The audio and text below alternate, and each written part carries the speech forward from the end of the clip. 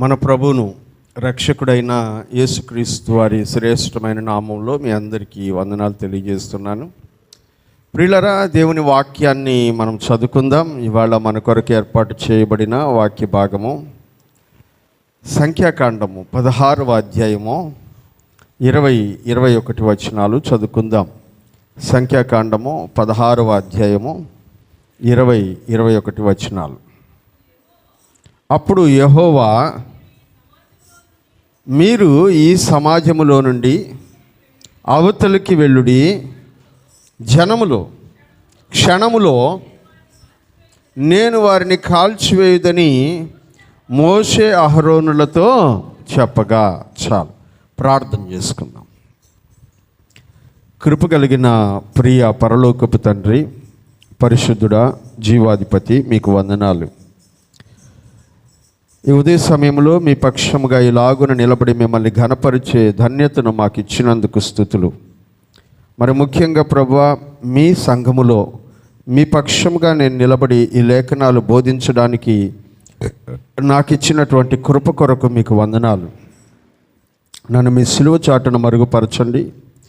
నన్ను మీ స్వాధీనంలో పెట్టుకొని ఏమి మాట్లాడవలనో దానిని మాత్రమే మాట్లాడించండి. వింటున్న సంఘానికి వినగల చెవి, గ్రహించే మనస్సు, పాటించే జీవితాలను అనుగ్రహించుమని యేసు నామములో ప్రార్థించి అడిగి వేడుకుంటూ ఉన్నాము తండ్రి. ప్రియమైన వారలారా, పరిశుద్ధ గ్రంథంలో నుంచి ఇవాళ మనము చదువుకున్న వాక్య భాగము సంఖ్యాకాండము 16వ అధ్యాయము 20-21 వచనాలని మనం చదువుకున్నాం. ఇవాళ ఈ సంవత్సరం మనం ధ్యానం చేస్తున్న వాక్యాంశం ఏమిటి?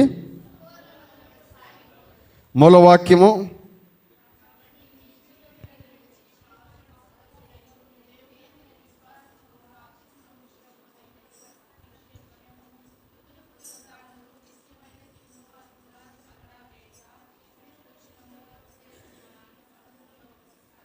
ఆమేన్.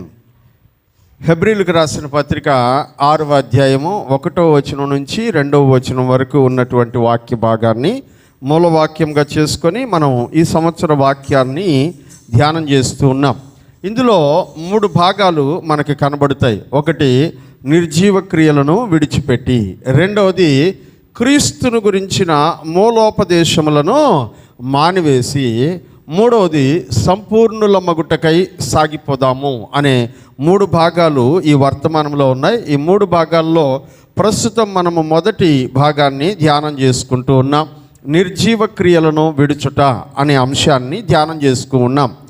ఏంటి ఈ నిర్జీవ క్రియలను విడవడం అని అంటే, మనము ద్వితీయోపదేశ కాండములో నుంచి కొన్ని మాటల్ని ఆధారం చేసుకొని నిర్జీవ క్రియలు అంటే ఏమిటి అనే విషయాన్ని చూస్తూ ఉన్నాం. ఇశ్రాయేలు ప్రజలు దేవుని చేత విడిపించబడినటువంటి ప్రజలై ఐగుప్తును విడిచిపెట్టి వాగ్దాన దేశమైన కనానుకు ప్రయాణమై వెళుతూ ఉన్నారు.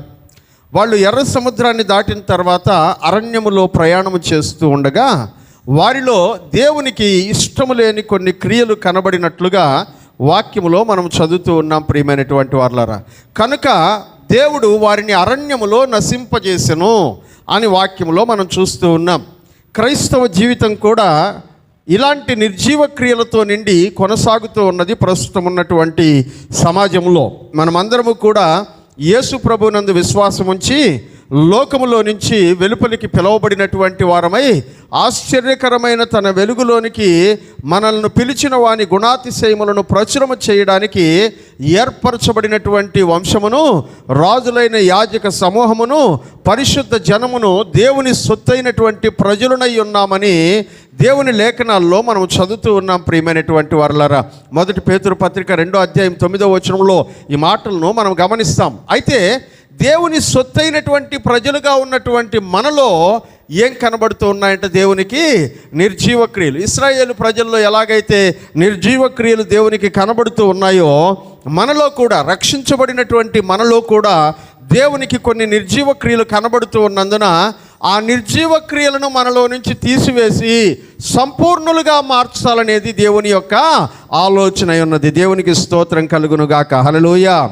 ఇలా సంపూర్ణముగా మారేటువంటి క్రమములో మనము చేస్తున్నటువంటి నిర్జీవ క్రియలు ఏమిటి?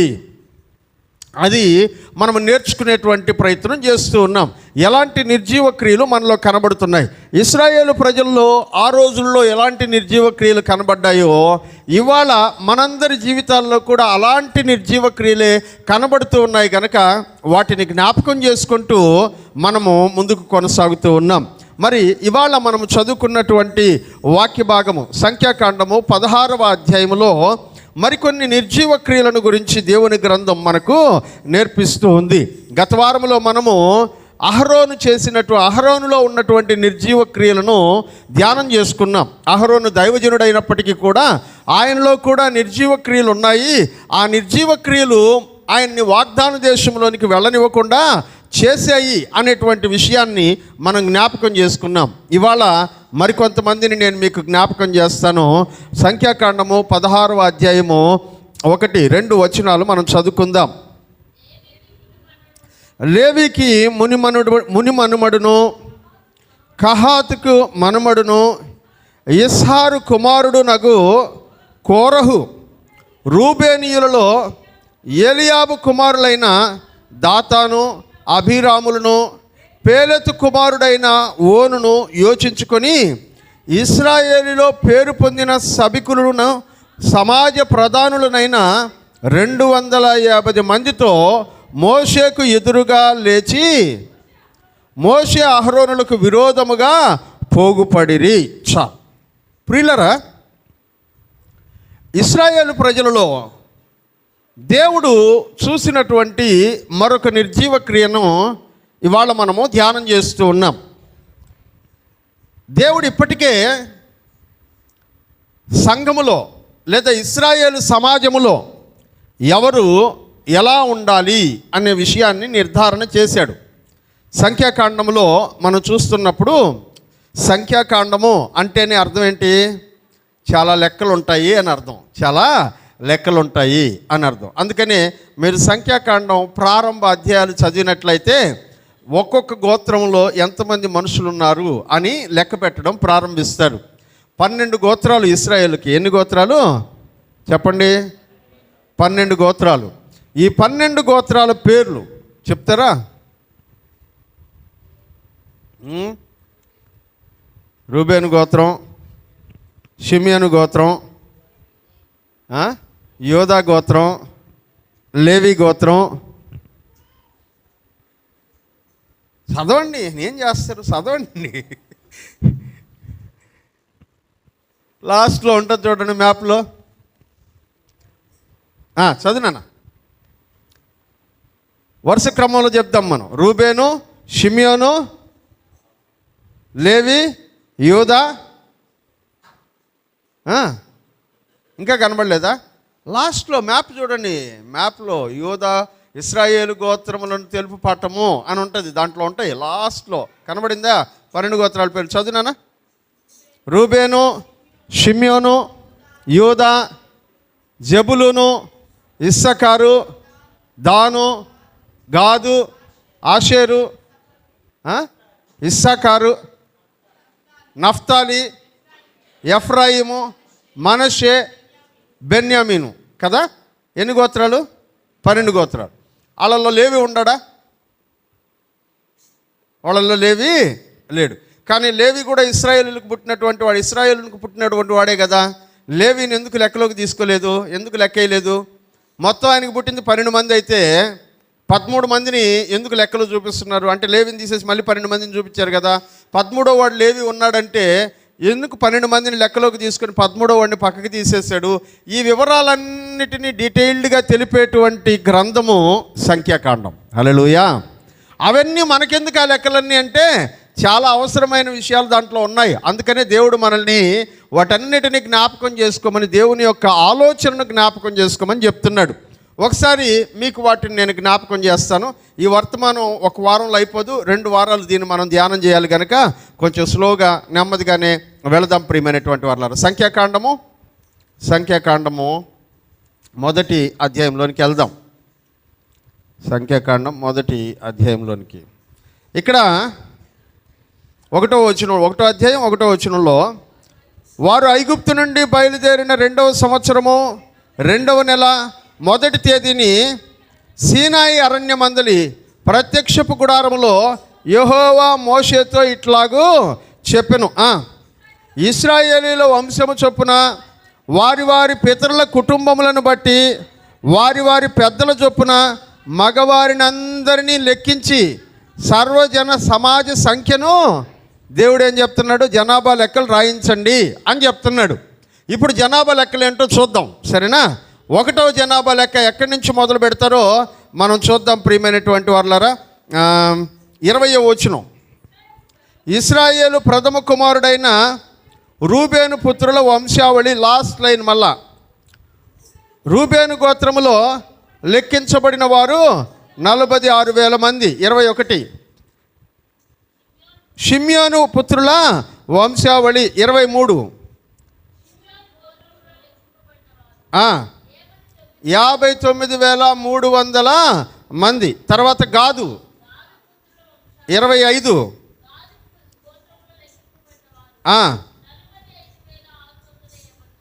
తర్వాత యూదా పుత్రులు 27.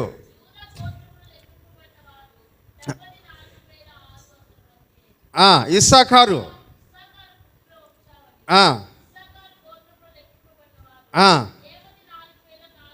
ఇలా 12 గోత్రాల పేర్లు లెక్క పెట్టారు. వాళ్ళల్లో జనాభా ఎంతో లెక్క పెట్టారు. మొత్తం కలిపి లాస్ట్లో జనాభా లెక్క చెప్తున్నాడు 45వ వచనంలో.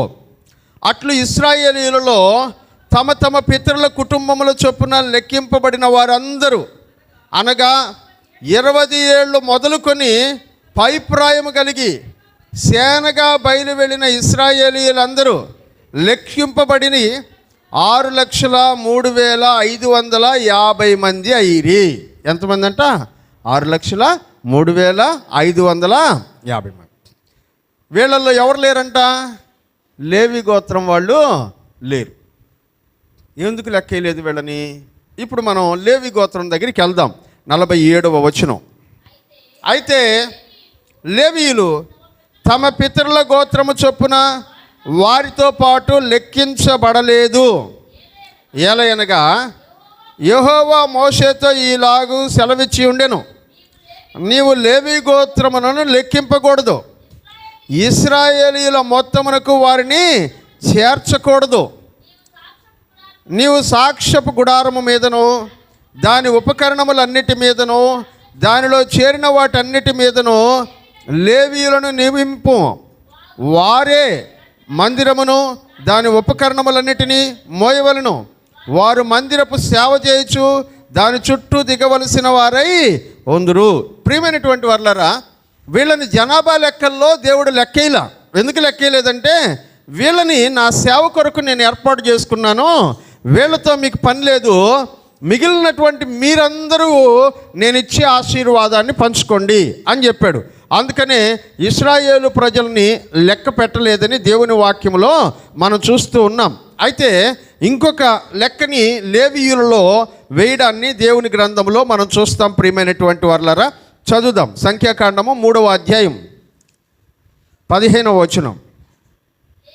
లేవీయుల పితరుల కుటుంబములను వారి వారి వంశముల చొప్పున లెక్కబెట్టుము. 1 నెల మొదలుకొని పైప్రాయం గల మగవారిని అందరినీ లెక్కబెట్టాలి. కాబట్టి మోషే యెహోవా తనకు ఆజ్ఞాపించినట్లు ఆయన మాట చొప్పున లెక్కబెట్టెను. ఇప్పుడు లెక్కబెట్టినటువంటి వాళ్ళ యొక్క సంఖ్య ఎంతో చూద్దాం. 43వ వచనం. వారిలో లెక్కింపబడిన వారి సంఖ్య అనగా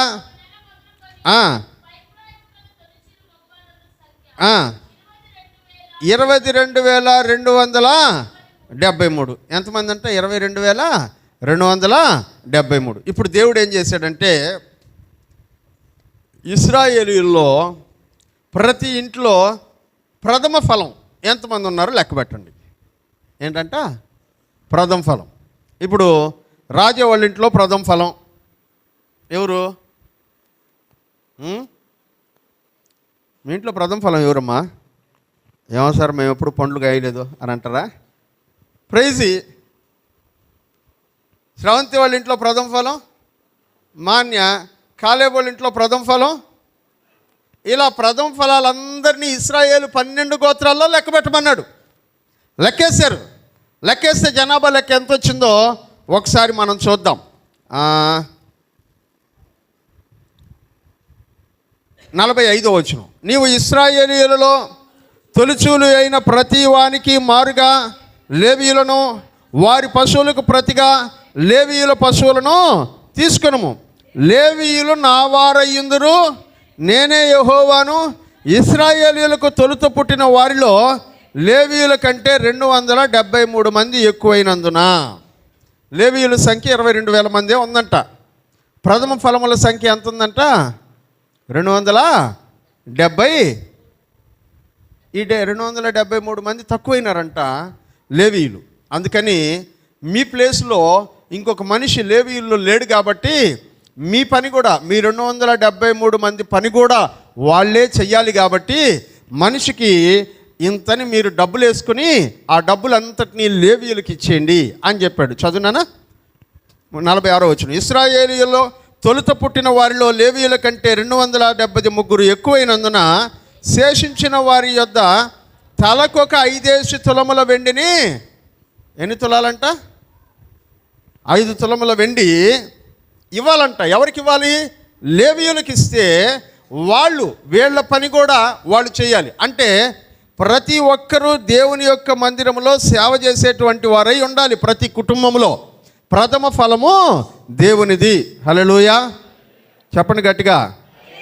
ప్రథమ ఫలము దేవునిది. ప్రథమ ఫలము దేవునిది అయినప్పుడు ప్రథమ ఫలాలను వీళ్ళు దేవునికి ఇవ్వడం లేదంట. అందుకని దేవుడు ఏం చేశాడంటే, మీలో ఒక గోత్రాన్ని నేను తీసేసుకుంటాను, ప్రథమ ఫలం మీరే ఉంచుకోండి, ఈ గోత్రం వాళ్ళని నేను నా సేవకి వాడుకుంటాను అని చెప్పాడు. దేవునికి స్తోత్రం. హల్లెలూయా. ఇప్పుడు యాజకులైనటువంటి వాళ్ళందరూ ఎవరి స్థానంలో సేవ చేస్తున్నారంట? ప్రథమ ఫలముల స్థానంలో సేవ చేస్తున్నాడు. ప్రథమ ఫలము స్థానంలో దేవుని యొక్క సేవలో ఉన్నటువంటి వీళ్ళ విషయంలో దేవుడు చెప్పినటువంటి పని ఏమిటంటే, ఇశ్రాయేలు ప్రజలలో లేవీ గోత్రము దేవుని యొక్క సేవ చేయడానికి నేను ఏర్పరచుకున్నాను. హల్లెలూయా. అంటే దాని అర్థం ఏంటో తెలుసా? మీ లెక్క ప్రకారం రాజా వాళ్ళ ఇంట్లో ప్రైజీ, శ్రవంతి వాళ్ళ ఇంట్లో మాన్య, కాలేబ్ వాళ్ళ ఇంట్లో ఎవరు ప్రథమ ఫలం? క్రాంతి. అట్లా మంగన్న వాళ్ళ ఇంట్లో శంకరు. ఇట్లా ప్రథమ ఫలములందరూ మన సంఘంలో ఏం చేస్తున్నారంట? దేవుని సేవ చెయ్యాలి. మీరేమో మేము చేయనీయం అంటున్నారు. అందుకని దేవుడు ఏం చేశాడంటే, మీ ఊరు మొత్తానికి ఆ రాజపాస్టర్ని ఏర్పాటు చేసుకుంటాను నేను, మీరు మీ ఇళ్లలో ప్రశాంతంగా పండుకొని నిద్రపోండి అని చెప్పినాడు. హల్లెలూయా. అబ్బా ప్రశాంతంగా ఉంది మాకు అని అనుకుంటున్నారా? ఇప్పుడు అసలు స్టోరీకి వద్దాం, సరేనా? కింద ఉన్నటువంటి లెక్కను ఒకసారి చూద్దాం. ఇప్పుడు చెప్తున్నాడు, ఇప్పుడు లేవీయులందరూ దేవుని యొక్క సేవ ప్రత్యక్షపు గుడారములో వాళ్ళు చేయాలి కాబట్టి దేవుని వాక్యంలో తెలియజేస్తున్నటువంటి మాటను మనం ఒకసారి చూద్దాం. వీళ్ళు దేవుని యొక్క సేవను దేవుని యొక్క మందిరంలో చేయవలసి ఉండగా లేవీయుల్లో 3 గోత్రాలు ఉన్నాయి. లేవీయుల్లో 3 భాగాలు ఉన్నాయి. ఒకటి మెరారి, కహాతు, తర్వాత చదవండి మెరారి, గెర్షోను, కహాతు, మెరారి అనేటువంటి పేర్లు చదువుతారా? 17వ వచనం, 3వ అధ్యాయం 17వ వచనం. లేవి కుమారుల పేర్లు గెర్షోను, కహాతు, మెరారి అనువారు. వీళ్ళని దేవుడు ఒక్కొక్క గోత్రమును ఒక్కొక్క పనికి ఏర్పాటు చేసుకున్నాడు. ఒకరిని దేవుని మందిరం అంతటిని సెటప్ చేయడానికి, ఇంకొకరిని దేవుని మందిరం లోపల ఉండేటువంటి వస్తువులన్నిటినీ పరిరక్షించడానికి, ఇంకొకరిని దేవుని యొక్క మందిరానికి సంబంధించినటువంటి ఉపకరణములన్నిటినీ మొయ్యడానికి, ఇలా ఒక్కొక్కరికి ఒక్కొక్క బాధ్యతను అప్పగించి వీళ్ళందరికీ పైగా అహరోను అనేటువంటి మోషే అన్నను ప్రధాన యాజకుడిగా దేవుడు ఏర్పాటు చేసుకున్నాడు. హల్లెలూయా. వీళ్ళందరూ లేవీయులు. వీళ్ళతో పాటు వీళ్ళకి పైగా ప్రధాన యాజకుడిగా ఒకరిని ఏర్పాటు చేసుకున్నాడు. అతని పేరు అహరోను. ప్రధాన యాజకుడు అతను కుమారులు ఎప్పుడు ప్రధాన యాజకులుగానే కొనసాగాలనేది దేవుని వాక్యము. మిగిలినటువంటి వాళ్ళందరూ లేవీయులు కనుక వీళ్ళు దేవుని యొక్క పనిలో ముందుండవలసినటువంటి వారని దేవుని లేఖనాల్లో మనం చూస్తూ ఉన్నాం. ఇప్పుడు ఇందాక మనం చదువుకున్నామే, అక్కడికి రండి, మీకు అర్థమవుతుంది. సంఖ్యాకాండం 16వ అధ్యాయంలోనికి రండి, మొదటి వచనం. ఇప్పుడు చూడండి, లేవీకి ముని మనమడును, కహాతుకు మనమడును, ఇస్హారు కుమారుడు నగు కోరహు. చాలు. ఎవరంటే వీళ్ళు? లేవీకి ముని మనమడు, కహాతుకు మనుమడు, ఇస్హారు యొక్క కొడుకు పేరు కోరహు. ఈయన చేసినటువంటి కొన్ని విషయాలు ఈరోజు మనం నేర్చుకునేటువంటి పాఠంలో అతి ముఖ్యమైనటువంటి భాగం. లేవికి గెర్షోను, కహాతు, మెరారి ముగ్గురు కొడుకులు. గెర్షోముకు లిబ్ని, షిమి అనే ఇద్దరు కొడుకులు. కహాతుకు అమ్రాము, ఇస్హారు, హెబ్రోను, ఉజ్జియేలు నలుగురు కొడుకులు. మెరారికి మహాలి, మూషి అనేటువంటి ఇద్దరు కొడుకులు. మొత్తం వాళ్ళు 8 మంది. 8 మంది. ఎవరికి? లేవికి మనుమళ్ళు 8 మంది. ఈ మనుమళ్ళలో ఒక ఆయన పేరు అమ్రాము. కహాతు యొక్క కొడుకు పేరు అమ్రాము. ఈ అమ్రాము యోకోబెదు అని ఆమెను పెళ్లి చేసుకుని మోషేను, అహరోనును, మిర్యామును కన్నాడు. హల్లెలూయా. ఇప్పుడు అర్థమవుతుందా మీకు? అమ్రాము ఎవరిని పెళ్లి చేసుకుని? యోకోబెదును పెళ్లి చేసుకుని ముగ్గురిని కన్నాడు. మిర్యాము, అహరోను, మోషే. మిర్యాము పోయిన వారం నేర్చుకున్నాం, అహరోను పోయిన వారం నేర్చుకున్నాం. మోషే గురించి మనకు తెలుసు. ఈయన తమ్ముడు, అమ్రాము యొక్క తమ్ముడు ఇస్హారు. ఈయనకి కుమారులు ఉన్నారు. ఈ ఇస్హారుకు ఉన్నటువంటి కుమారుల పేర్లు ఒకసారి నేను మీకు జ్ఞాపకం చేస్తాను. వీళ్ళు కోరహు, సెపెగు, జిక్రి. కోరహు, సెపెగు, జిక్రి అనగా ఇస్హారు యొక్క పెద్ద కొడుకైనటువంటి కోరహు ఇప్పుడున్నటువంటి ప్రాబ్లంకి కారకుడు. హల్లెలూయా. అంటే మోషేకి చిన్నాయన కొడుకు. ప్రాబ్లం ఏంటి అంటే,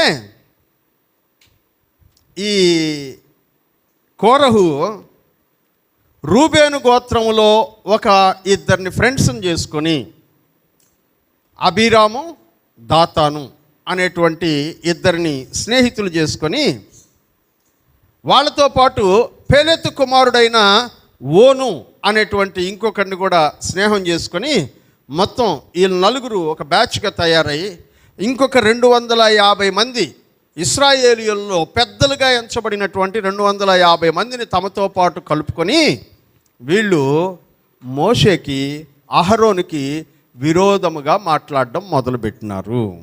హల్లెలూయా. ఎందుకు వీళ్ళకి ఆ ప్రాబ్లము, అసలు వీళ్ళలో గొడవ ఏంటి అని ఒకసారి జ్ఞాపకం చేసుకున్నట్లయితే వాళ్ళు ఏం మాట్లాడుతున్నారో కొంచెం మనం చదివి తెలుసుకునే ప్రయత్నం చేద్దాం. 3వ వచనం. మోషే అహరోనులకు విరోధముగా పోగుపడి ఏంటంట? ఎవరితో పని లేదంటే వీళ్ళకి. మోషే, అహరోను, మీతో మాకింకా పని లేదు. ఈ సర్వ సమాజములోని ప్రతివాడు పరిశుద్ధుడే. యెహోవా వాళ్ళ మధ్యలో ఉన్నాడు. యెహోవా సంఘము మీద మిమ్మల్ని మీరు ఎలా హెచ్చించుకొనుచున్నారు అని అడిగారంట. వాళ్ళు అడిగింది ఏంటంటే, మీతో మాకు ఇంక పని లేదు అంటే మీరు చెప్పినట్టు మేము వినాల్సిన పని లేదు. ఈ బుడ్డోళ్ళందరూ ఇంకో లైన్ ముందు జరగండి.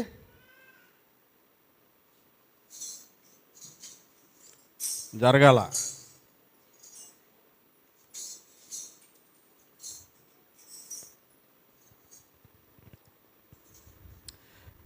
వాళ్ళు అంటున్నారు, దైవజనుడా నీతో మాకింకా పని లేదు, నువ్వు అవసరం లేదు మాకు.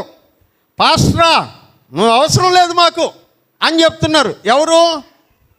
కోరహు. ఈ కోరహు ఎవడు? దేవుని యొక్క సేవ చేయడాల్లో ఏర్పాటు చేసుకున్నటువంటి ఒకానొక దైవజనుడు. అంటే ఇప్పుడు మన సంఘంలో మనం పోల్చుకుంటే, మన సంఘంలో కాలేబు, రాజా, చిరంజీవి వీళ్ళని ఏర్పాటు చేసుకున్నాం కదా. వీళ్ళల్లో ఒకరు అంటే వాళ్ళు అట్టటోళ్ళు కాదు, నేను ఊరికే మీకు అర్థం అవడం కోసం చెప్తున్నా. వీళ్ళలో ఒకరు ఈ కోరహు అంటున్నాడంట, పాస్టరా నీతో మాకు పని లేదు, నువ్వే పెద్ద పరిశుద్ధుడు అనుకోబాక, మేమందరం కూడా పరిశుద్ధులమే. హల్లెలూయా. మేమందరం కూడా కొంచెం అన్నా సిగ్గుండాలి ఈ మాట చెప్పడానికి వాళ్ళకి. నేను ఎందుకు ఈ పదం వాడానంటే, యోర్దాను నది దాకా పోయిన తర్వాత అవతలికి వెళ్ళడానికి మనుషుల్ని పంపించుకొని దేవుని చేత తిరస్కరించబడి చచ్చిపోయే వాళ్ళ లెక్కలో ఉండేటువంటి వాళ్ళలో వీళ్ళు ఉన్నారు. పరిశుద్ధులు కాదని దేవుడు తోలేసినటువంటి జనాభా వీళ్ళు. దేవుని వాగ్దాన దేశంలోనికి వెళ్ళడానికి వీలు లేదు అని చెప్పుకునేటువంటి జనాభా వీళ్ళు. ఇప్పుడు వీళ్ళు చెప్తున్నారు, మేము కూడా ఎవరంట? పరిశుద్ధులం. మేము కూడా, మీరొక్కరే కాదు పరిశుద్ధులు, మేము కూడా పరిశుద్ధులమే. ఇదే మాట మిర్యాం మాట్లాడితే ఏం చెప్పినాడు దేవుడు? నీకు ఆయనకి చాలా తేడా ఉంది. ఇప్పుడు సొంత అక్క కూడా కాదు, సొంత అన్న కూడా కాదు, చిన్నాన్న కొడుకు ఇప్పుడు అంటున్నాడు, మేము కూడా నీలాగే పరిశుద్ధులం, నీతో మాకు పని లేదు, నీలాగే పరిశుద్ధులము. సర్వ సమాజములో ఉండే ప్రతివాడు పరిశుద్ధుడు. యెహోవా మా మధ్యలో ఉన్నాడు. యెహోవా దేవుడు ఉన్నాడు మాకు తోడుగా, నువ్వు అక్కర్లా, నువ్వు లేకపోయినా కూడా మేము మా పని చేసుకోగలం అని అడిగారంట. ఇంకొక మాట ఏంటన్నారంటే, మిమ్మల్ని మీరే నాయకులుగా పెట్టుకుంటున్నారు. మీ అక్క చూస్తే స్తుతి ఆరాధనేమో, మీ అన్న చూస్తే ఏంటంటే అదే యాజకుడు మీ అన్న, నువ్వేమో లీడర్వి, ఇక మాకెవరికి ఏమీ లే, అంతా మీరే. ఎవరు మాట్లాడుతున్నారు ఇది? గట్టిగా చెప్పండి. మీ పేరు కాదు కదా, చెప్పండి గట్టిగా. కోరహు. ఎవరైనా కోరహు. ఇలా మాట్లాడుతూ ఉండగా మోషే ఏమన్నాడు చూడండి, 4వ వచనంలో. మోషే ఆ మాట విని ఏం చేశాడంట? మనమైతే ఏం చేస్తాం చెప్పండి? నువ్వు పెద్ద లీడర్ అంటాయా అని అనగానే, నన్ను పెట్టాడురా దేవుడా, నువ్వెవడూ మాట్లాడడానికా అంటావా లేదా? మోషే ఏం చేశాడంట? ఇది కదా మోషే తగ్గింపు. ఈ విషయంలో వాళ్ళు ఎక్కడ పనికొస్తారు చెప్పండి? హల్లెలూయా. ఇలా రియాక్ట్ అవడంలో మోషే ముందు వీళ్ళందరూ ఎక్కడికి పనికొస్తారు చెప్పండి? ఎవరన్నా తిట్టగానే గొడవకి వెళ్ళిపోకుండా నేరుగా దేవుని ఎదుట సాగిలపడి, చదువమ్మా, సాగిలపడి అటు తరువాత కోరహుతోనూ వాళ్ళ సమాజముతోనూ ఇలా మాట్లాడాడంట. ఇప్పుడు మోషే మాట్లాడడం మొదలు పెడుతున్నాడు. ఏమంటున్నాడంటే, తనవాడు ఎవరో, పరిశుద్ధుడు ఎవరో యెహోవాయే తెలియజేసి వారిని తన సన్నిధికి రానిస్తాడు. ఇప్పుడు మీరు నేను గొడవ పెట్టుకోవాల్సిన అవసరం లేదు. నన్ను లీడర్గా వద్దనుకుంటున్నారు, నన్ను పాస్టర్గా వద్దనుకుంటున్నారు, అహరోను యాజకుడిగా వద్దనుకుంటున్నారు మీరు. ఇప్పుడు ఏం చేయాలో తెలుసా? నేను మీరు కాదు మాట్లాడుకోవాల్సింది. ఎవరు మాట్లాడాలంటే ఈ విషయాన్ని దేవుడు మాట్లాడాలా. హల్లెలూయా. కాబట్టి మనం ఎవరి దగ్గరికి వెళ్దాం? దేవుడి దగ్గరికి వెళ్దాం. పొద్దున్నే మీరందరూ ఏం చేయాలో తెలుసా? చదువు.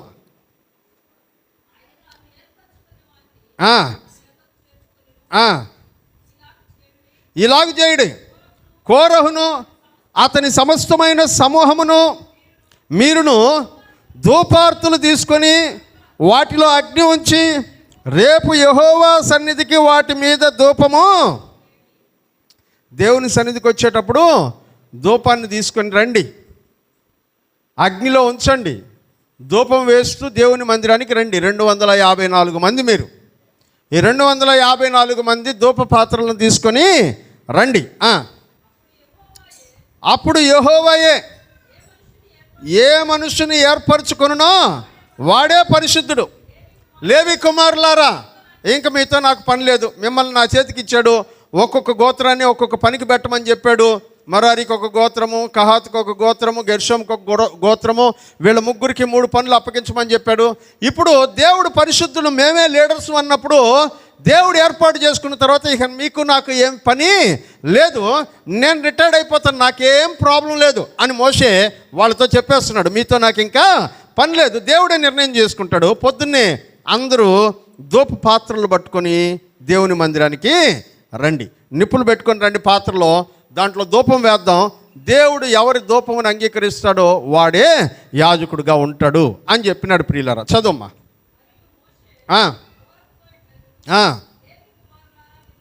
ఇప్పుడు వాళ్ళ అస్సలు ప్రాబ్లం ఏంటో మోషే చెప్తున్నాడు. చదువమ్మా. కోరహు కుమారులారా, లేవి కుమారులారా వినుడి, తన మందిర సేవ చేయుటకు యెహోవా మిమ్మును తన యొద్ద చేర్చుకొనుటయు. ఒక నిమిషం అమ్మ, వీళ్ళు ఏం చేస్తున్నారంటే ఆల్రెడీ దేవుని సేవ చేస్తున్నారు. ఏం చేస్తున్నారంటే వీళ్ళు యెహోవా సేవ, మందిరపు సేవ చేయడం దేవుడు వాళ్ళకి ఇచ్చిన ఘనత. 2, సమాజము ఎదుట నిలబడి ప్రథమ ఫలములైనటువంటి వాళ్ళు చేయాల్సిన సేవ మీరు చేయనట్లు ఇశ్రాయేలీయుల దేవుడు ఇశ్రాయేలీయుల సమాజములో నుండి మిమ్మును వేరుపరచుటయు. నేను ఇందాక లెక్క ఎందుకు చెప్పాను, ఇప్పుడు అర్థమైందా మీకు? ఇశ్రాయేలు ప్రథమ ఫలములో వాళ్ళు చేయాల్సిన సేవలో వాళ్ళని కాకుండా మిమ్మల్ని పెట్టుకున్నా నేను. దేవుడు ఏర్పాటు చేసుకున్నాడు మిమ్మల్ని. దేవుడు ఇశ్రాయేలీయుల ప్రథమ ఫలము చేయాల్సిన సేవ వాళ్ళకి కాకుండా మీకు ఇచ్చాడు. దేవుని యొక్క మందిరంలో సేవ చేసేటువంటి అవకాశం. మీరు దాన్ని చాలా చీప్ అనుకుంటున్నారు, అది అల్పమైన సంగతిగా భావిస్తున్నారు, కేర్లెస్గా చూస్తున్నారు. ఇది చాలదు, మేము ఎంతకంటే బెటర్ పొజిషన్లో ఉండాల్సిన వాళ్ళం అనే ఫీలింగ్తో మీరు ఉండారు. చదవండి మళ్ళీ ఒకసారి ఆ మాటని, మళ్ళీ రిపీట్ చేయము ఆ మాటని. తన మందిర సేవ చేయుటకు యెహోవా మిమ్మును తన యొద్దకు చేర్చుకున్నాడు. దేవుని మందిరం సేవ చేయడానికి మిమ్మల్ని యెహోవా ఏర్పరచుకున్నాడు. ఇప్పుడు ఒక నిమిషం ఆగండి. మందిరంలో లీడింగ్ చేయడానికి రాజాని, కాలేబుని దేవుడు ఏర్పరచుకున్నాడు. దేవునికి గట్టిగా స్తోత్రం చెప్పండి, హల్లెలూయా. క్లీనింగ్ చేసే పని చేయడానికి ఇక్కడ కొంతమంది ఏర్పరచబడి వస్తున్నారు, హల్లెలూయా. అది పెద్ద విషయం అని మీకు అనిపించడం లేదేమో, కొంతమందికి అబ్బాయి ఎందుకురా మాకు ఈ బాధ అనుకుంటున్నారేమో, నాకు తెలీదు. కానీ దేవుడు ఏమంటున్నాడు తెలుసా? ఇది దేవుడిచ్చినటువంటి అవకాశము. మీకు విషయం చెప్తా. హెబ్రోన్ చర్చి సిస్టర్ ఇక్కడ కూర్చో ఉన్నారు. హెబ్రోన్ చర్చిలో పెద్ద పెద్ద డాక్టర్లు, ఇంజనీర్లు, మంచి ఆఫీసర్సు ఎలాంటి సేవ చేస్తారు తెలుసా? సాధారణంగా వచ్చేటువంటి జనాలు చెప్పులు బయట వదిలేసి అట్టంటే అట్టు వదిలేసి వెళ్తే వీళ్ళు ఆ చెప్పులను తీసి లైన్లో పెడుతుంటారు, హల్లెలూయా. వాళ్ళు అనుకున్నారు ఇది సేవ, వాళ్ళకి అది చాలా గొప్పదిగా కనబడుతుంది, మీకు ఇది చాలా చీప్గా కనబడుతుంది. దేవుడు అంటున్నాడు మందిరాన్ని క్లీన్ చేయడం, మందిరంలో ఏర్పాట్లన్నీ చేయడం, ఇదిగో దేవుడు నిన్ను ఏర్పాటు చేసుకున్నాడు, ఈ పనిలో నువ్వు ఉన్నావు, దేవుడు నీకు ఈ అవకాశం ఇచ్చాడు, ఇది నీకు అల్పముగా కనబడుతుంది. వాళ్ళు చేయాల్సిన సేవ కదా. పెనుబర్తులు ఎలా చేస్తారో తెలుసా దేవుని సేవ? ఈరోజు ఒక కుటుంబం, ఈ వారం ఒక కుటుంబం, రాజా కుటుంబం అనుకోండి, శనివారం రోజే వచ్చేసి సాయంత్రం చర్చ్ మొత్తం చిమ్మేసి నీట్గా మాపేసేసి బల్లారాధన వస్తువులన్నీ తీసుకెళ్ళి కడిగేసి నీట్గా రొట్టె వాళ్ళే చేసుకొని ద్రాక్షారసం వాళ్ళే చేసుకొని ఆ రోజు దైవజనుడికి అవసరం, నేను అక్కడే భోజనం చేస్తాను కాబట్టి దైవజనుడికి అవసరమైన భోజనం వాళ్ళ కుటుంబంలోనే ఏర్పాటు చేసి దేవుని మందిరానికి అందరికంటే ముందు వచ్చి కూర్చొని ఉండాలి. ఇట్లా ప్రతి కుటుంబము దేవుని సేవ చేయాల్సి ఉండగా దేవుడు మిమ్మల్ని కొంతమందిని ఏర్పాటు చేసుకున్నాడు. మీకు ఇది చాలా చీప్గా కనబడుతుంది. చదువమ్మా. మీ సమాజము ఎదుట నుంచి వాళ్ళు చేయవలసిన సేవ చేయనట్లు ఇశ్రాయేలీయుల దేవుడు ఇశ్రాయేలీయుల సమాజములో నుండి మిమ్మును వేరుపరచుటయు. ఇది మీకు చాలా చీప్గా కనబడుతుందా? అల్పంగా కనబడుతూ ఉందా? ఆయన నిన్నును నీతో లేవీయులైన నీ గోత్రపు వారిని అందరినీ నిన్ను కూడా దేవుని సేవలో వాడుకుంటున్నాడు కదా. అయితే ఇప్పుడు మీరేం కోరుకుంటున్నారంట? ఎవరి ప్లేస్లో ఉండాలని కోరుకుంటున్నారంట? అహరోను ప్లేస్లో ఉండాలనుకుంటున్నారు. నువ్వు దిగిపోన్నా మేము చూసుకుంటాం చర్చా అని వీళ్ళు చెప్పర్లే, ఊరికే చెప్తున్నా మీకు అర్థం కావడానికి.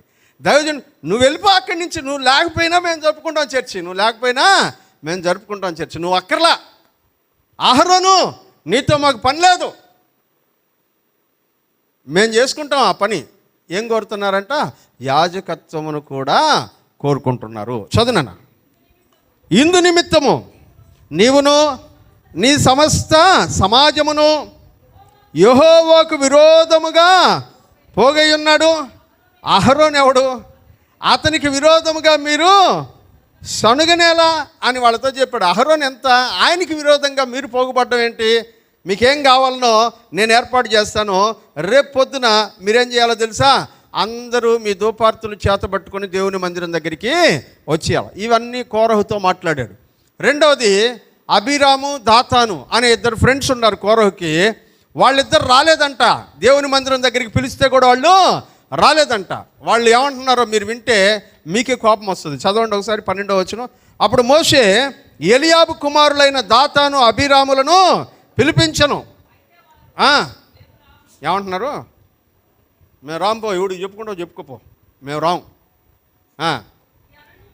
ఈ అరణ్యములో మమ్మల్ని చంపేయడానికి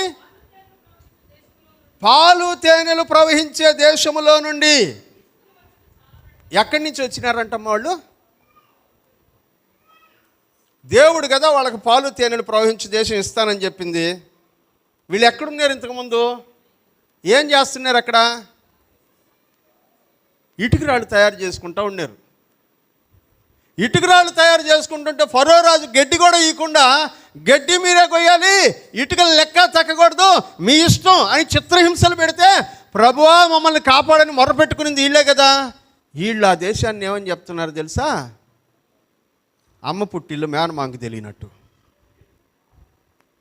సామెత విన్నారా? అమ్మ పుట్టిల్లు అంట ఎవరికి బాగా తెలుసు అంట. ఒక అమ్మాయి మేనమావని పెళ్లి చేసుకునిందంట. మేనమావని పెళ్లి చేసుకుని ఇంటికి పోయిన కాడి నుంచి మా అమ్మోళ్ళ ఇంట్లో అట్టుండేది, మా అమ్మోళ్ళ ఇంట్లో ఎట్టుండేది అని చెప్తుందంట. ఇంతకీ వాళ్ళ అమ్మ ఎవరు? వాళ్ళ భర్తకి అక్కో చెల్లిలో అయ్యి ఉంటుంది కదా. ఆయన అన్నాడంట, నోర్మై మీ ఇంట్లో ఉండే నాకు తెలియకపోతే ఇంకా చాలా చెప్దు నువ్వు అనిందంట. వీళ్ళు ఎక్కడ ఏం చెప్తున్నారంటే ఐగుప్తు దేశం ఎట్లుండిందంటే వీళ్ళకి అక్కడ ఏడ్చి మొర్రపెట్టి మమ్మల్ని ఎక్కడి నుంచి తీసుకో ప్రభువా, తీసుకెళ్ళి ప్రభు అని ప్రార్థన చేసింది వీళ్ళే కదా. మరి ఇప్పుడు ఎందుకంట? ఇప్పుడు చెప్తున్నారు అది ఎలా కనబడుతుందంటే ఇప్పుడు పాలు తేనెలు ప్రవహించే దేశంలాగా కనబడుతుంది. నువ్వు పాలు తేనెలు ప్రవహించే దేశంలో నుంచి మమ్మల్ని తీసుకొచ్చి అడవిలో చంపేయడానికి నువ్వు తీసుకొచ్చావా? అంతేకాదు పొలములు ద్రాక్ష తోటలు గల స్వాస్థ్యమును నువ్వు మాకు ఇయ్యలేదు. ఏం చెప్తున్నాడు? నువ్వు మాకు పొలాలు ఇవ్వలేదు, ద్రాక్ష తోటలు ఇవ్వలేదు. అంతేకాదు ఇదిగో మమ్మల్ని పాలు తేనెలు ప్రవహించే దేశంలోనికి నువ్వు ఇంకా తీసుకుని వెళ్ళలేదు. నువ్వు మా మీద అధికారం చేయాలనుకుంటున్నావా అని అడిగారంట. ఇప్పుడు వాళ్ళు చెప్పిన రెస్పాన్స్ని మోషేకి కోపం వచ్చిందంట. మోషేకి కోపం వచ్చి ఏమన్నాడు తెలుసా? ప్రభు వాళ్ళ ప్రార్థన వినబాక నేను వాళ్ళ కాడి నుంచి ఒక గాడిదని కూడా తీసుకోలేదు, ఒక్క గాడిదని కూడా తీసుకోలేదు, నేను వాళ్ళకి ఎట్లాంటి కీడు చేయలేదు, నువ్వు వాళ్ళ ప్రార్థన వినబాక అన్నాడంట. అంతేనా? చదువుమా 15వ వచనం. మోషే మిక్కిలి కోపించి వాళ్ళ కాడ ఏమన్నా తీసుకున్నావంటే ప్రభు నేను ఒప్పుకోను. హల్లెలూయా. వాళ్ళు వచ్చి ప్రార్థన చేసినప్పుడు ప్రార్థన విన్నావంటే నేను ఒప్పుకోను. ఎవరు చెప్తున్నారు ఈ మాట? మోషే. ఎందుకంటే ఒక్క గాడిదనైనను నేను వారి దగ్గర తీసుకోలేదు, వాళ్ళలో ఎవ్వరికీ నేను హాని చేయలేదు అని ప్రార్థన చేశాడంట. దేవుడు చెప్పాడు, పొద్దున్నే అందరూ ధూపార్తులు పట్టుకొని వచ్చేసేయండి, దేవుడు చూసుకుంటాడు అని చెప్పినాడంట. అప్పుడు యెహోవా, చదవండి 20వ వచనం, మీరు ఈ సమాజంలో నుంచి అవతలికి వెళ్ళిపోండి, ఒక్క క్షణంలో వాళ్ళందరినీ కాల్చేస్తాను నేను. ఎవరు చెప్పారు ఈ మాట? దేవుడు చెప్పాడు. నేను అయ్యుంటే 2 నిమిషాలు ప్రభా వెళ్ళిపోతానేనా, మొత్తం అందరినీ లేపి అని చెప్పుండేవాడిని మనలాంటి వాళ్ళం అయితే. కానీ మోషే అహరోన్ ఏం చేస్తున్నారంటే చూడండి, వాళ్ళు అబ్బో ఇంతకంటే గొప్ప దైవజనుడు ఎవరు ఉంటారు చెప్పండి. వాళ్ళు సాగిలపడి బతిమలాడుకుంటున్నారంట, ప్రభువా ఈ ఒక్కడు పాపం చేసినందువలన అందరినీ చంపేస్తావా, వదిలే ప్రభువా అని బ్రతిమలాడుకుంటే, ఇప్పుడు దేవుడు కొన్ని మాటలు చెప్పాడంట ఆయనకి. నువ్వు వెళ్ళు, కోరహు, అబీరాము, దాతాను వాళ్ళ 3 ఇళ్ల చుట్టూ ఎవరు ఉండొద్దని చెప్పు అని చెప్పినారంట. 3 ఇళ్ల చుట్టూ ఎవ్వరు లేరు, అందరు దూరంగా వెళ్ళిపోయినారు. చెప్పాడంట, వాళ్ళ పాపంలో మీరు కూడా భాగం పంచుకోకుండా ఉండడానికి వాళ్ళ ఇళ్ళ దగ్గర నుంచి దూరంగా వెళ్ళిపోండి, వాళ్ళ వస్తువుల్లో ఏది ముట్టబాకండి, వాళ్ళ మనుషులు ఎవరిని తాకబాకండి, దూరంగా వెళ్ళిపోండి అంటే ఆ ఇళ్ళ చుట్టుప్రక్కల ఉండే వాళ్ళందరూ దూరంగా వెళ్ళిపోయినారంట. మోషే అంటున్నాడు, ఇదిగో ఈ పనులన్నీ చేయడానికి, అనగా నేను మీ మీద అధికారిగా ఉండడానికి, అహరోనును యాజకుడిగా పెట్టడానికి, లేవీయులందరినీ దేవుని పరిచర్లో ఒక్కొక్కరిని నియమించడానికి దేవుడు నన్ను పంపించాడని రుజువు ఇప్పుడు నేను మీకు చూపిస్తాను. అదేంటో తెలుసా? ఒకవేళ మీరు మామూలుగా చచ్చిపోతే దేవుడు నన్ను పంపించలా అంటే అర్థం ఏంటో తెలుసా? ఎట్టు మీరు చచ్చిపోతారు, ఎట్టు మీరు కానీ మామూలుగా చచ్చిపోతే దేవుడు నన్ను పంపించలా. కానీ ఒక పెద్ద వింత జరగడం ద్వారా చచ్చిపోతే, ఎలాంటి వింతో తెలుసా? మీరు చూస్తూనే ఉంటారు, వాళ్ళ కాళ్ళ కింద భూమి బద్దలైపోయి లోపలికి వెళ్ళిపోయి చచ్చిపోతారు వాళ్ళు.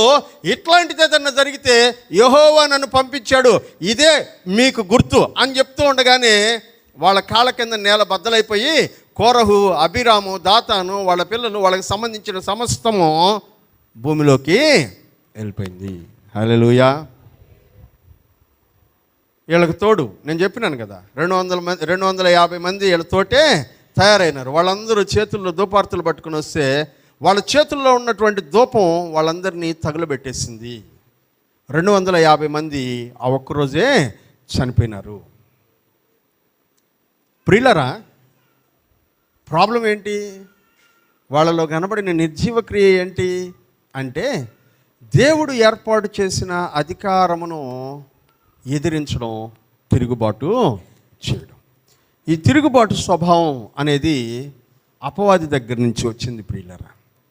లూసిఫరు దేవునికి విరోధంగా తిరుగుబాటు చేశాడు. ఆ తిరుగుబాటు స్వభావాన్ని మనందరిలోనూ పెడుతూ వచ్చాడు. మనమందరము ఎక్కడ పని చేస్తున్నామో, ఏ స్థాయిలో పనిచేస్తున్నామో ఆ స్థాయిలో ఉన్నటువంటి వాళ్ళము అలాగే ఉండకుండా దేవుని మీద తిరుగుబాటు చేసేటువంటి స్థాయికి, దేవుడు ఏర్పాటు చేసిన అధికారమును తిరుగుబాటు చేసేటువంటి స్థాయికి మనము వెళ్ళిపోతున్నాం. దాని అర్థం ఏంటో తెలుసా? తిరుగుబాటు మూలముగా దేవునిని ధిక్కరిస్తూ ఉన్నాము. దేవునిని ధిక్కరించడం వలన మనము నిర్జీవ క్రియను చేసి మరణమును సంపాదించుకుంటూ ఉన్నాం. దేవుడు అంచెలంచెలుగా మనల్ని హెచ్చించేటువంటి దేవుడు. హల్లెలూయా. అంచెలంచెలుగా హెచ్చిస్తాడు. ఆయన హెచ్చించేదాకా ఆగలేక మనము తిరుగుబాటుదారులముగా మారుతూ ఉన్నాం. ఈరోజున అనేక మంది ఇలాంటి పరిస్థితిని ఎదుర్కొంటున్నారు.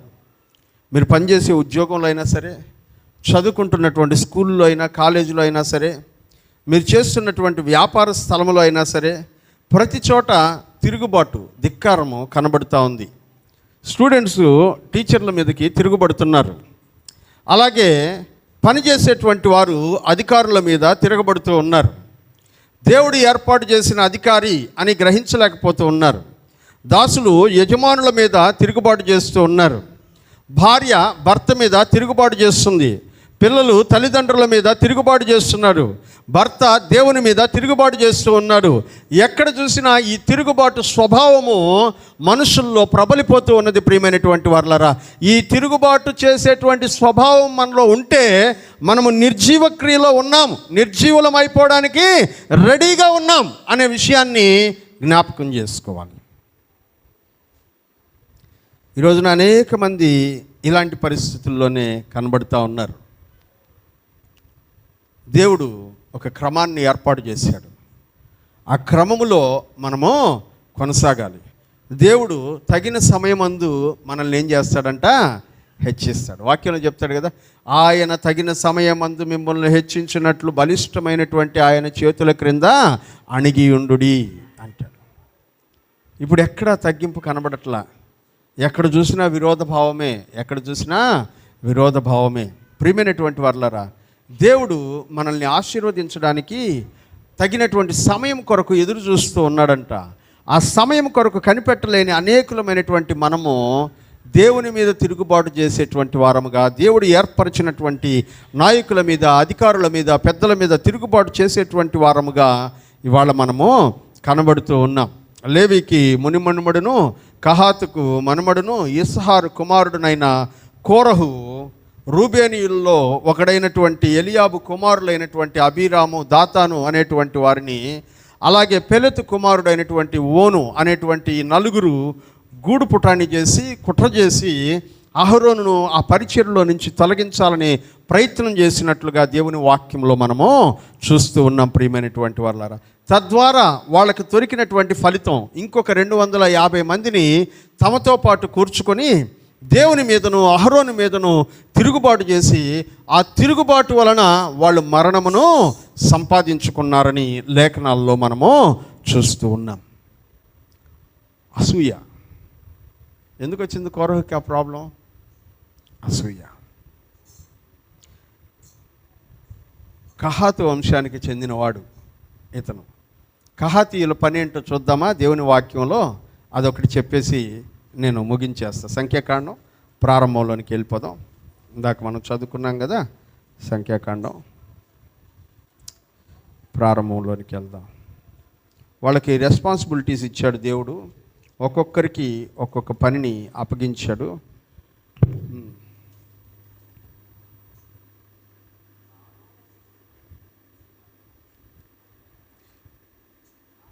15వ వచనం చదవండి. 4వ అధ్యాయం 15వ వచనం.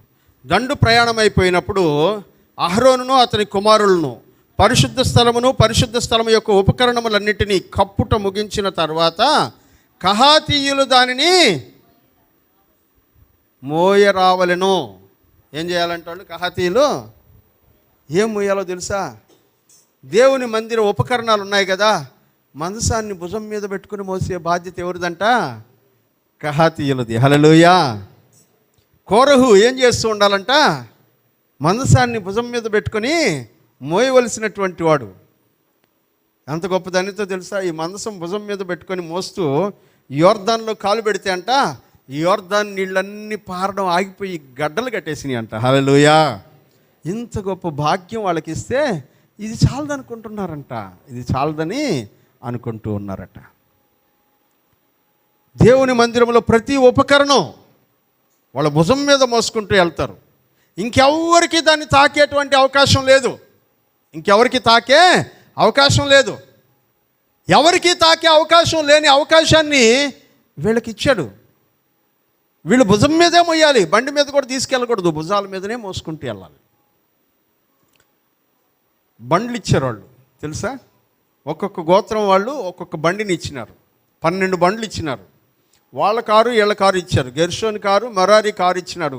కహాతీయులకు బండ్లు ఇలా, ఎందుకంటే వాళ్ళు దేవుని మందసాన్ని భుజాల మీదనే మొయ్యాలి. హల్లెలూయా. అది ఎంత ధన్యతో, ఎంత భాగ్యమో. వాళ్ళు అంటున్నారు ఇది వద్దు, మాకు ఇది అక్కర్లా, ఇంతకంటే బెటర్ పొజిషన్ కావాలి. దేవుడు ఇస్తాడు, ఇచ్చేంత వరకు ఆగుదాం. హల్లెలూయా. ఇచ్చేంత వరకు ఆగుదాం. వాళ్ళు తమ మీదకి ఏం తెచ్చుకున్నారంట? ఉగ్రతను తెచ్చుకున్నారు, మరణాన్ని తెచ్చుకున్నారు. నిర్జీవ క్రియలు వాళ్ళలో కనబడ్డాయి. వాగ్దాన దేశంలోనికి అడుగు పెట్టకుండా యువతల చచ్చిపోయారు. 253 మంది కదా మనం లెక్కేసింది, 254 మంది కదా. ఏడుతో ఆగల మరణం. నెక్స్ట్ ఈ మరణం ఇంకొన్ని మరణాలకు దారితీసింది. ఈ మరణం ఇంకొన్ని మరణాలకు దారితీసింది. చచ్చిపోయినారు కదా కోరహు, అభిరాము, దాతాను, తర్వాత ఓను. వీళ్ళ నలుగురు, వాళ్ళ 4 కుటుంబాలు అలాగే భూమిలోనికి దిగిపోయి చచ్చిపోయినాయి. మీకు ఒక ఆశ్చర్యం చెప్తాను, గమనించండి. కీర్తనల గ్రంథంలో మీకు ఒక మాట కనబడుతుంది. కోరహు కుమారులు రాసిన, చచ్చిపోయినాడు కదా మనోడు, వాళ్ళు ఎక్కడి నుంచి వచ్చినారు? రేపు వారం చూద్దాం. తలలోంచండి, ప్రార్థన చేసుకుందాం.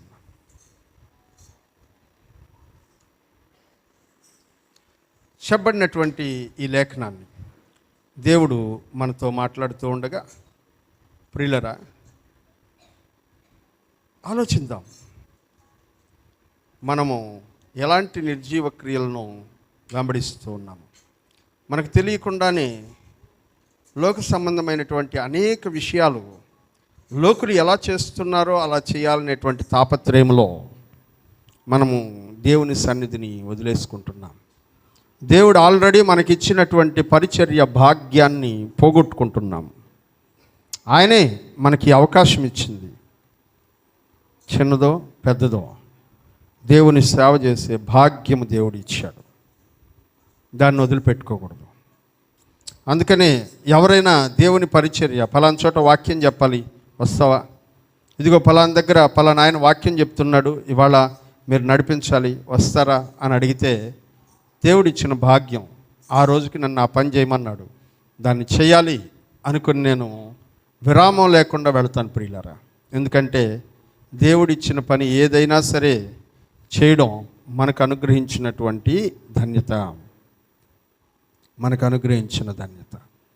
దానిని కాదని, దానిని తృణీకరించి ఏర్పాటు చేసినటువంటి నాయకత్వం పైన తిరుగుబాటు చేస్తూ దేవుని నీడ నుంచి మనం బయటికి వెళ్ళిపోతున్నామే, అది దేవుడు మన దగ్గర నుంచి కోరుకోవడం లేదు. నిర్జీవ క్రియ అది అని అంటున్నాడు.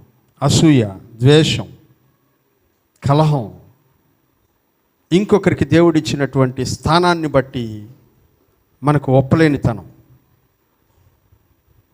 వాళ్ళని చూస్తూ ఉండలేం.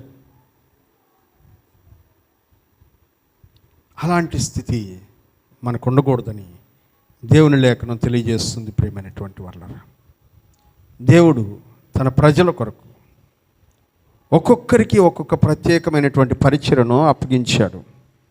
ఆ పరిచర్యలో నమ్మకంగా ముందుకు సాగవలసిన వారమై ఉన్నాం మనం. అలాగే ప్రార్థన